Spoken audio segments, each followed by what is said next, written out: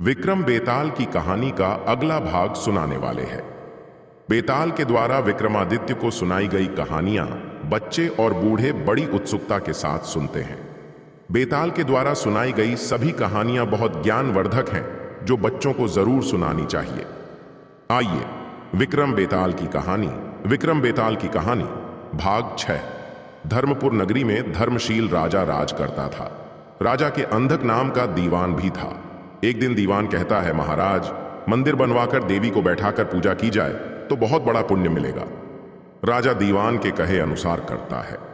एक दिन देवी मां प्रसन्न होकर राजा को वर मांगने को कहती हैं।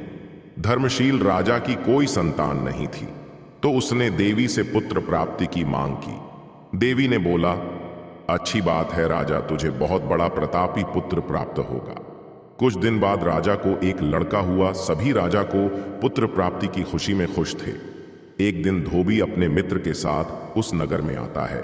धोबी की नजर देवी के मंदिर पर गई। उसने देवी मां को प्रणाम किया।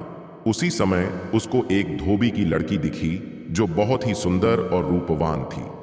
धोबी उसको देखकर उसकी तरफ आकर्षित हो गया। उसने मंदिर में जाकर प्रार्थना की, हे देवी मां, यह लड़की मुझे मिल जाए तो मैं तुझ पर अपना शीश चढ़ा दूंगा। इसके बाद वह धोबी हर घड़ी बेचैन रहने लगा। जब उसके पिता को उसके मित्र से पूरा हाल मालूम हुआ, तो वह अपने बेटे की यह हालत देखकर लड़की के पिता के पास जाता है और उनसे अपने पुत्र का विवाह उसकी सुंदर कन्या से करने का आग्रह करता है। इसके बाद दोनों का विवाह हो जाता है। कुछ दिन के बाद लड़की के पिता यहाँ उत्सव हुआ, जिसमें लड़के को शामिल होने का न्योता आया। तो वह अपनी पत्नी और मित्र को साथ लेकर रास्ते में चलते हैं।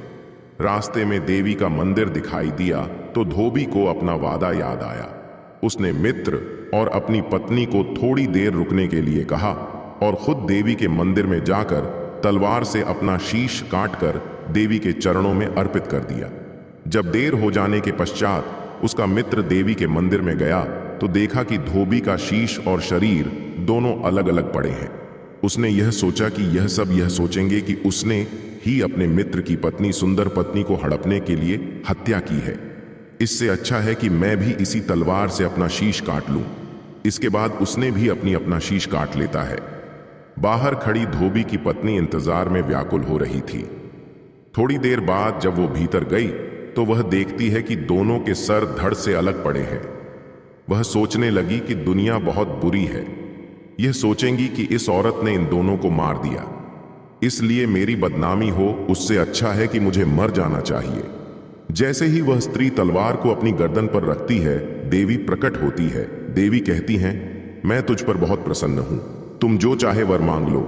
स्त्री बोली, हे देवी मां, इन दोनों को वापस जिंदा कर दो। देवी ने कहा, अच्छा, तुम दोनों के सिर मिलाकर रखो। घबराहट में स्त्री ने दोनों व्यक्तियों के सिर अलग अलग जोड़ दिए। एक का शीश दूसरे के धड़े पर लगा दिया और दूसरे का धड़ पहले के सिर पर लगा दिया।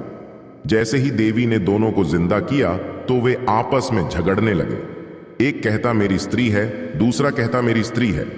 इतनी कहानी सुनाने के बाद बेताल बोला, हे राजन, बताओ वह किसकी स्त्री हुई?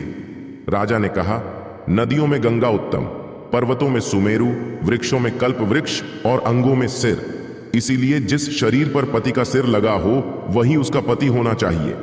इतना कहकर बेताल पेड़ पर जा लटका। राजा उसे वापस पकड़कर लाता है और नगर को निकल पड़ते हैं।